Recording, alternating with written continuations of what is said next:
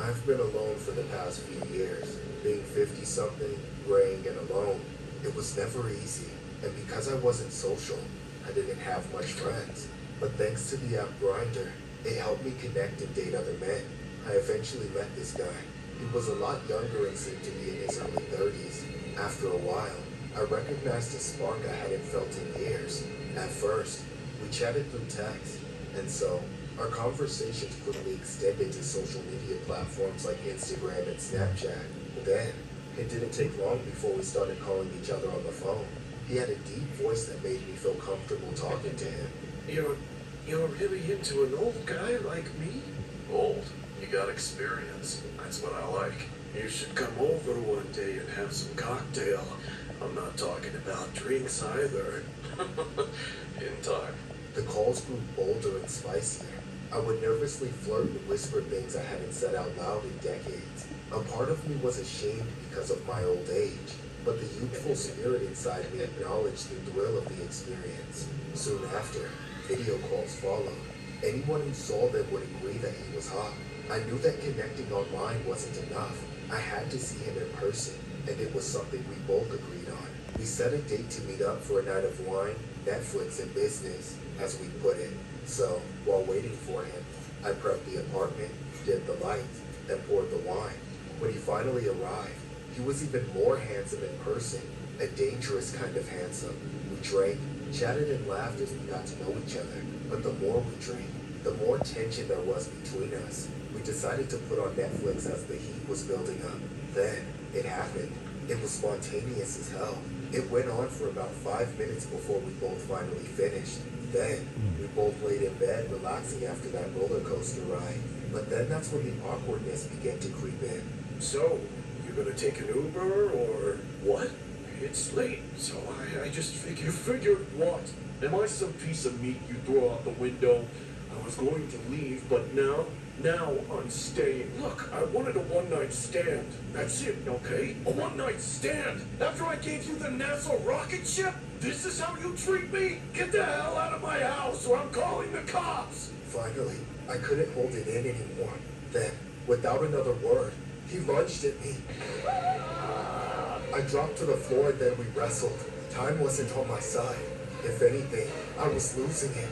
I needed to get to the door fast. The guy was younger and stronger than me. I fought back, clawing, kicking, anything to get him off of me. We were both in our underwear, but the drastic change from passion to aggression was too much for me to handle. He then took a pillow and tried suffocating me. Death had never been so close in my entire life. I was panicking, but as I kicked, I was able to get him off of me enough to get up and run for the door. But that's when he pulled me back and slammed me to the floor. I was dazed. All I remember seeing was him standing over me. And then the next thing I knew, my lights shut off when he made one large jump on my throat. The young man then sat on the couch in a room that was full of passion moments earlier, but was now full of blood. He held a machete, his adrenaline still high, and his entire body was shaking from all that rage. At first, he was merely staring at the floor, but like a madman, he cried and smiled simultaneously, confused and lost in his own thoughts. Then, in the middle of that dark room, he swung his machete, mumbling nonsensical words over and over as the guilt ate away at him. I tried calling him multiple times, but he wouldn't answer my calls, and that was so unlike him.